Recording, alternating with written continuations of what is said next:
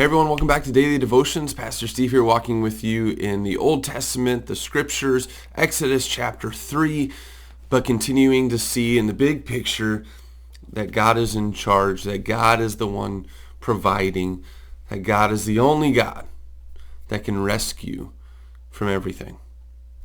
And so as we lean into that, as we understand that better when he's shaping and forming a nation, a community, he does it in a certain way. He's going to call an individual to be able to experience exactly what the nation will experience. It'll be kind of like a little bit of a prototype, if you call it that. His name is Moses, and as we talked about last video, he was drawn out of water. He was saved out of water just like he had done with Noah. And so we see Moses here drawn out of water, gave life to him. And then as he was raised in as like a prince towards a king, then he is brought into the desert. Then he's brought into the wilderness, not for wanderings, but rather for shaping of who this man would be, this man Moses would be. So as he's brought into that desert, as he's shepherding this flock, he's making ready to be able to shepherd the flock of Israel. And that's when God visits. One of the things you need to know about Moses is, as I use that word prototype, he is, in the Old Testament here, a prototype of Jesus. That's what they always speak about within the Old Testament, of being able to say he was this one that was looked to in leadership as a shepherd, as one that God had set apart for a purpose. And as he walks through, he's going to be this prototype of Christ, this pre-Christ to the nation of Israel, used by God. And he'll have his shortcomings. That's why he's not the Christ. And that's why when people encounter Jesus, he always pushed back to Moses.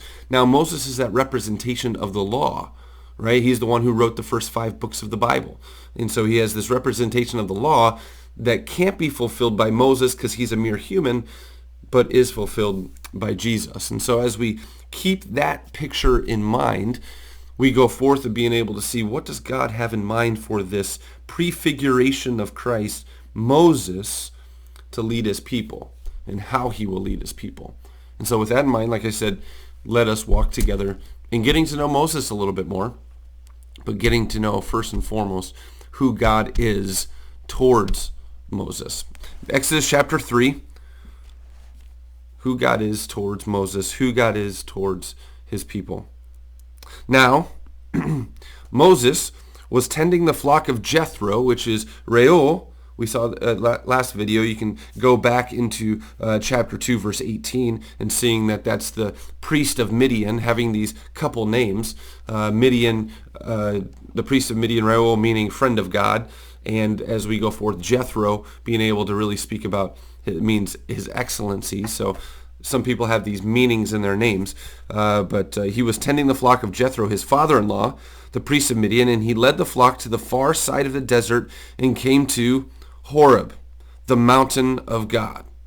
Now this is uncertain of which mountain this is, because we can actually see this as a translation as Horeb, the mountain of God, as Sinai. Now Sinai is a region, but we do know that Horeb is in this region of Sinai.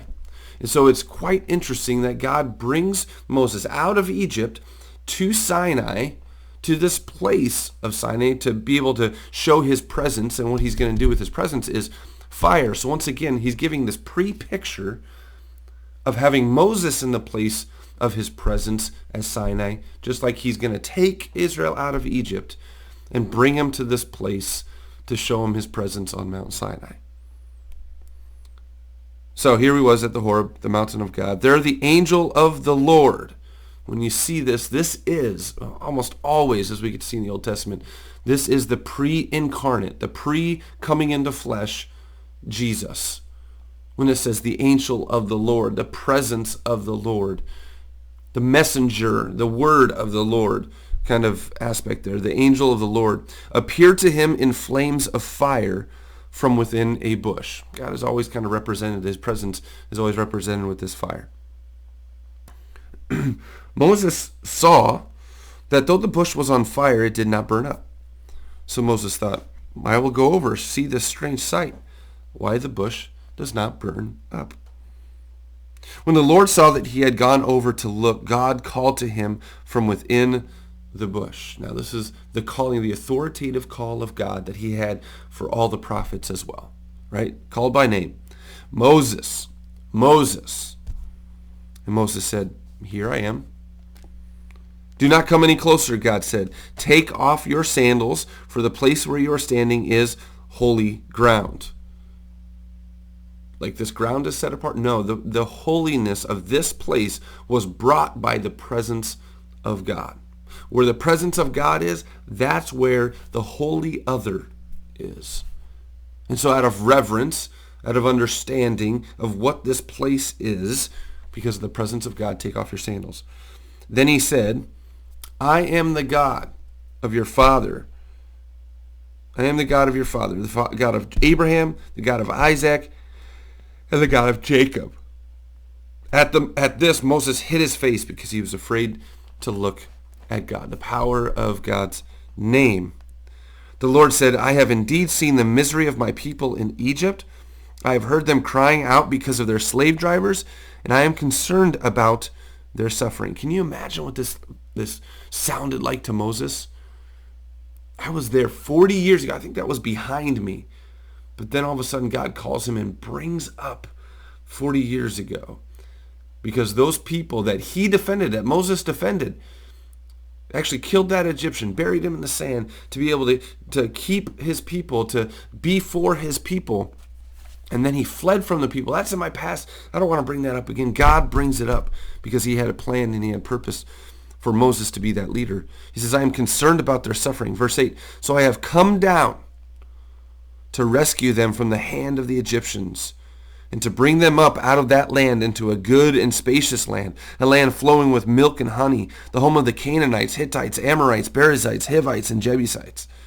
And now the cry of the Israelites has reached me, and I have seen the way the Egyptians are oppressing them. So now go. I am sending you to Pharaoh to bring my people, the Israelites, out of Egypt. I've come down to rescue, and I'm going to do it in a certain way. I'm going to use you, Moses. You will be my witness. You will be my instrument. You will be the rescue that they're going to see. It's going to come from me, but it's going to come through you. From me, through you. I could speak a whole devotion on that phrase. From God, through you. What does Moses do? Most likely what we would all do.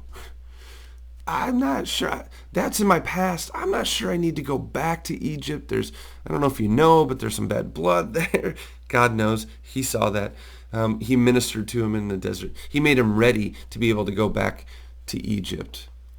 I'm going to rescue my people. And that's going to come from me by the grace of God. I've heard their cry, but I'm going to take them from their oppression. I'm going to break their bonds of slavery, and I'm going to do that through you. What would we do? Exactly what Moses did. Probably come up with excuses. I'm not sure that's how it's supposed to happen. We come with our own agendas. We come with our own thoughts of putting that on God and saying, I'm not sure that's how I would handle it. You're right. This isn't how we would handle it. This isn't how Moses would handle it. But this is how God has chosen to do. He has purpose. He has his will, and he will accomplish it. From God, through you.